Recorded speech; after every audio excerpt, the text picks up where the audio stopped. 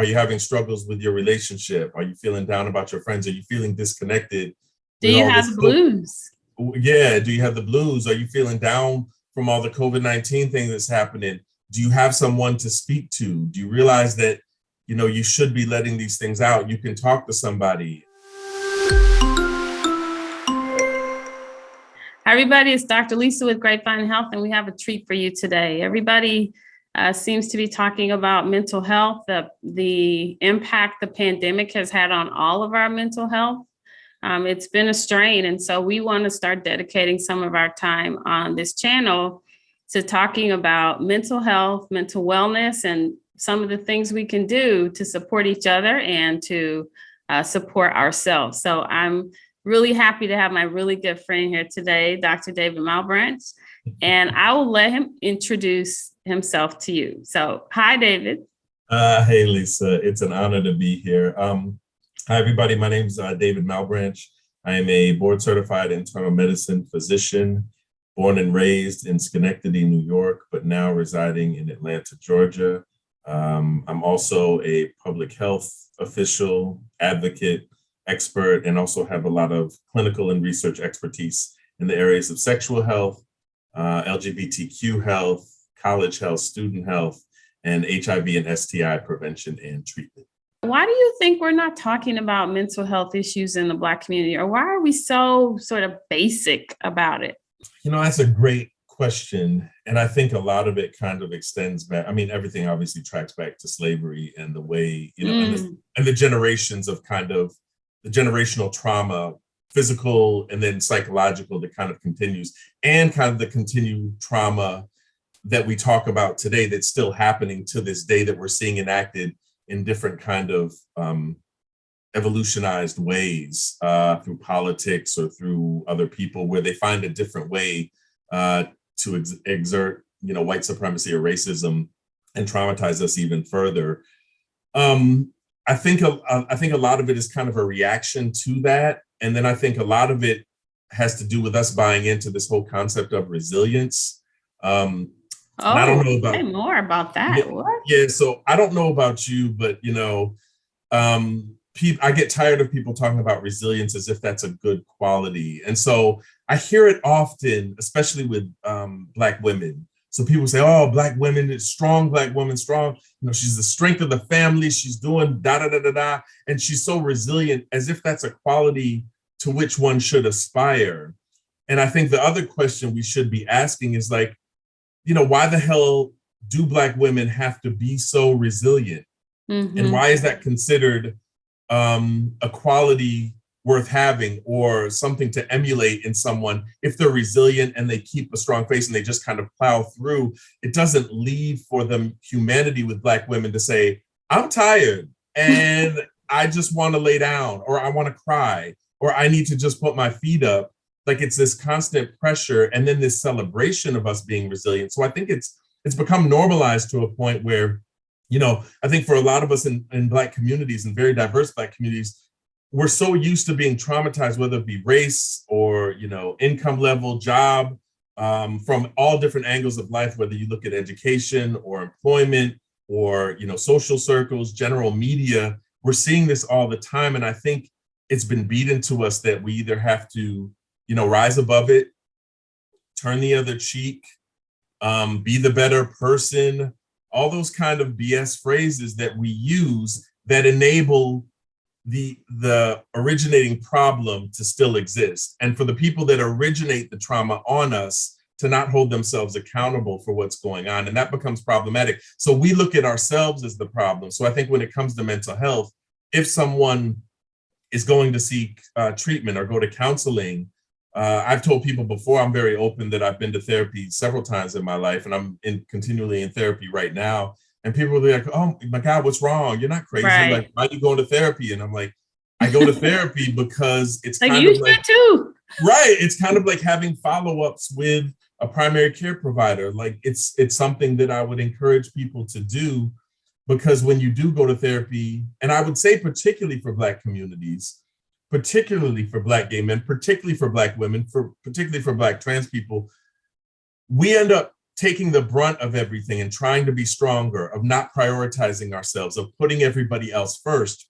Think of it this way: therapy is a wonderful mechanism where probably for the first time in your life, you get to talk about yourself for an hour straight to somebody that doesn't have bias, well, ostensibly doesn't have bias, that doesn't know you from Adam's house cat, and can actually like look at you with an objective lens rather than someone who's a friend or family member or other loved one who may not be seeing you in kind of a very objective way. So I've always looked at it like, oh shit, like, yeah, people actually don't come to me and let me talk about my problems for an hour. Or my friends will say, hey, David, you okay? And I'll be like, nah, I'm feeling kind of down. And then they go, well, I feel down too. Let me tell you about what happened to me today. And they hijack the conversation. And then, you know, you assume the role as nurturer, as caretaker, as, you know, and you just listen to them. And so therapy, for me at least, I can't speak for anybody else, but for myself, but therapy is a place where I can go and this person across from me is trained and I can sit there and work through some things. And that's the way I've utilized it. And I think when people understand that therapy is kind of like finding a right primary care provider. It's like finding the right barber or hairstylist. You may have partner, right. You have partner, right. You may have some hit or miss experiences.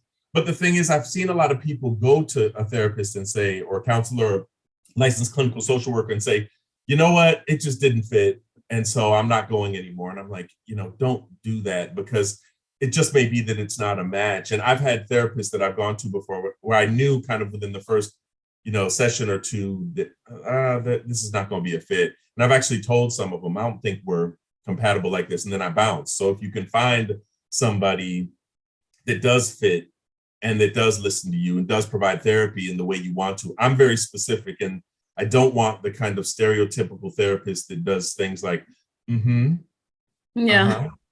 how does that make you feel?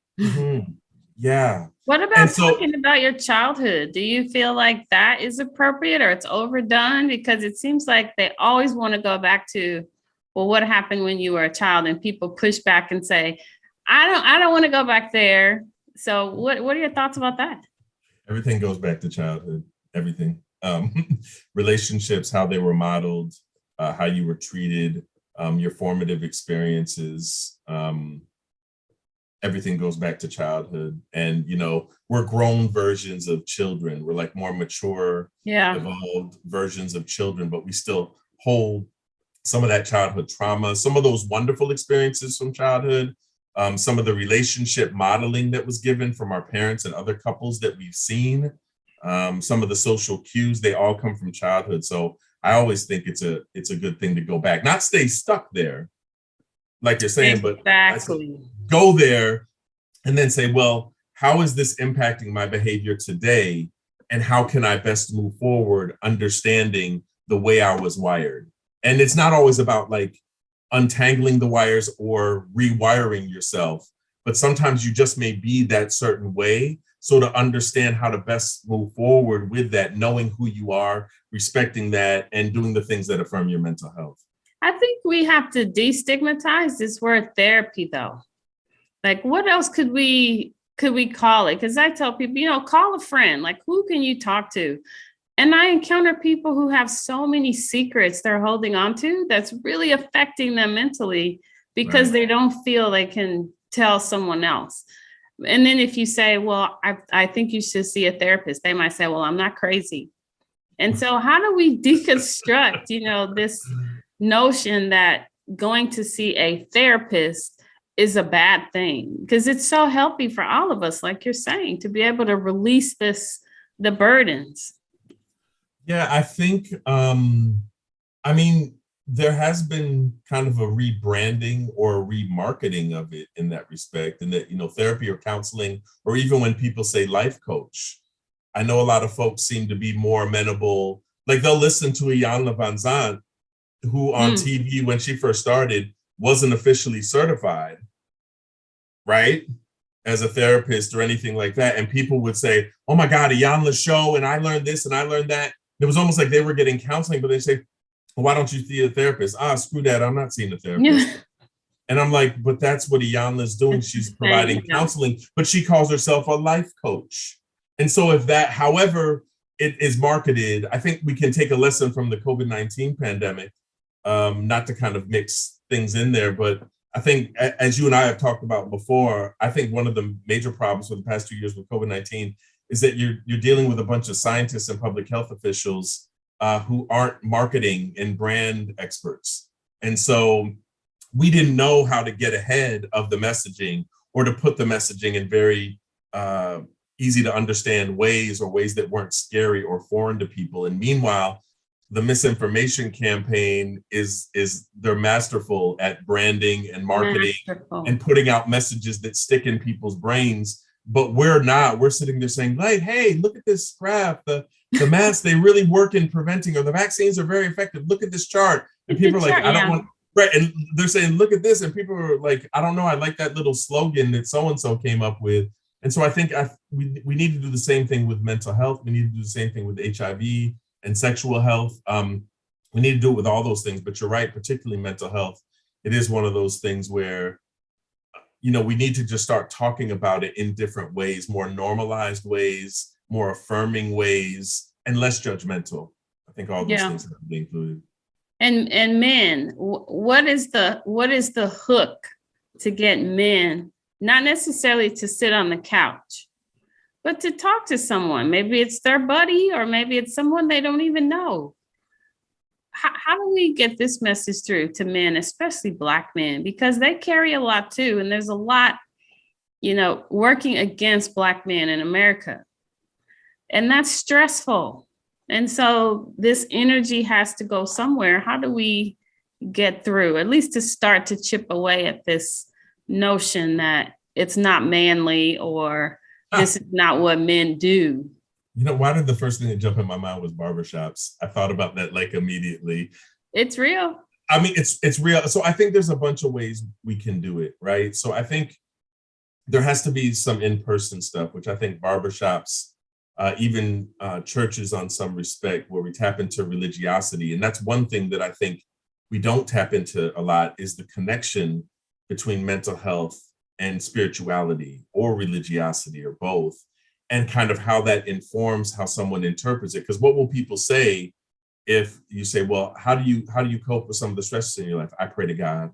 To me, that's a form of mental health. So we need to lean on that a little bit more. And then I also think kind of fighting fire with fire. So all the messages from the media, from movies, from television shows, you have to put out more messaging, more stories with Black men in particular, that address these issues and allow us to be vulnerable, allow us to talk about these things, and let people know who are watching it that it's okay. I'm also a big fan of YouTube, other methods of social media, little blurbs, whatever it could be, but people don't have a long attention span now. So whatever short, quick messaging you can give people that may lead them down investigating their mental health, talking about it, or ultimately going to see a therapist or a counselor or a life coach, whoever may be able to give them that that sounding board that they need. I think that's going to be helpful. So I think there's going to be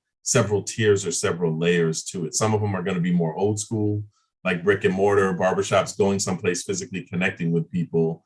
Book clubs, I think, are good too. Some people will have book clubs. I know a lot of Black book clubs that are out there, not with just Black women, but with Black men as well. So, but those things tend to help people to get connected. And it's particularly important during this time in COVID, where like, I think the after effects and the continued effects of COVID have made us more isolated than ever before. So you put that on top of everything else that Black men are going through. And it becomes very, very triggering, very traumatizing, but people don't want to ask for help. Everyone's trying to like do a stiff upper lip, show Put that on they're a good strong. face, yeah. Yeah, and show a shinier face with this. And we have to let people know that's not necessary. And if you feel like shit, allow yourself, and it's okay to feel bad. It's okay to take time to cry or to grieve or to feel awful, and then you can come back. You don't have to repress it, put it away, or run from it, but to actually embrace it. And I think those messages have to go out. But right now, we're really failing ourselves and our communities with that respect. Yeah, I also think we have to do a better job, especially with men, helping them understand the connection between high blood pressure and heart disease, and holding on to all of this stress and tension and not releasing it through therapy or talking or, other mechanisms to really provide some mental stress reduction. Right. Yeah, that's such an important point. I'm going to put you on the spot though, because a lot of people are scrolling on social media, and we have maybe 5-6 seconds to get their attention. Ah. So let's say there is a 55-year-old Black man who's just really down, maybe stressed out. He can't make the mortgage, can't make ends meet, and he's just beside himself. But he also is trying to put on a brave face for everybody. Mm-hmm. And he's scrolling on social media, and you come across, let's say it's his Instagram reel. What do you say to him in that moment? Yeah, I would probably start with something, just asking questions like, have you been feeling, down recently? Have you been feeling like things are getting a bit overwhelming? I wouldn't use medical terms at all, but I would say, are you having struggles with your relationship? Are you feeling down about your friends? Are you feeling disconnected? Do you have the blues? Yeah, do you have the blues? Are you feeling down from all the COVID-19 thing that's happening? Do you have someone to speak to? Do you realize that you should be letting these things out? You can talk to somebody. You can trust somebody. You have to find one person that you can trust. Give that message that's more affirming. But I think actually asking the questions, the common things that everybody goes through. Because I think one of the things about mental health, I think particularly with Black men, is that we feel that we're alone. So we feel that we're the only person going through something.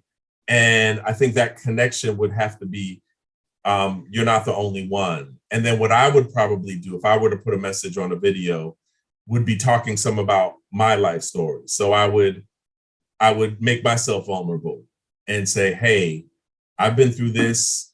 I've been kind of struggling, grieving about my dad. I've been struggling to find a full-time job, dealing with some people that have been giving me BS every day. And I've been feeling really, really bad. And, it happens to all of us at some point in our lives. You are not alone. Kind of move on from there. I think the best way we can reach people a lot of times is by giving an example. And I think specifically for us as healthcare professionals, what we don't do a lot of times, what we have to fight against, like the whole matrix that we were plugged in, the messaging from the biomedical medical school matrix was that don't accept gifts from your patients. Don't disclose any personal information to them. I think I missed that lecture about the gifts. Yeah, I didn't miss it, but I didn't pay attention to it. But I think, one of those things that helps people connect with somebody else is being vulnerable. So letting somebody know, if someone comes in to see me and has back pain, I had back surgery 12 years ago for hernia, or 10 years ago for herniated disc. I would say, I know exactly how you feel. Mm-hmm. I had that same back pain 10 years ago. Here's what I went through. I can let you know you're going to be okay. So I think, especially Black men, we need to know that we're not alone, that someone understands what we're going through.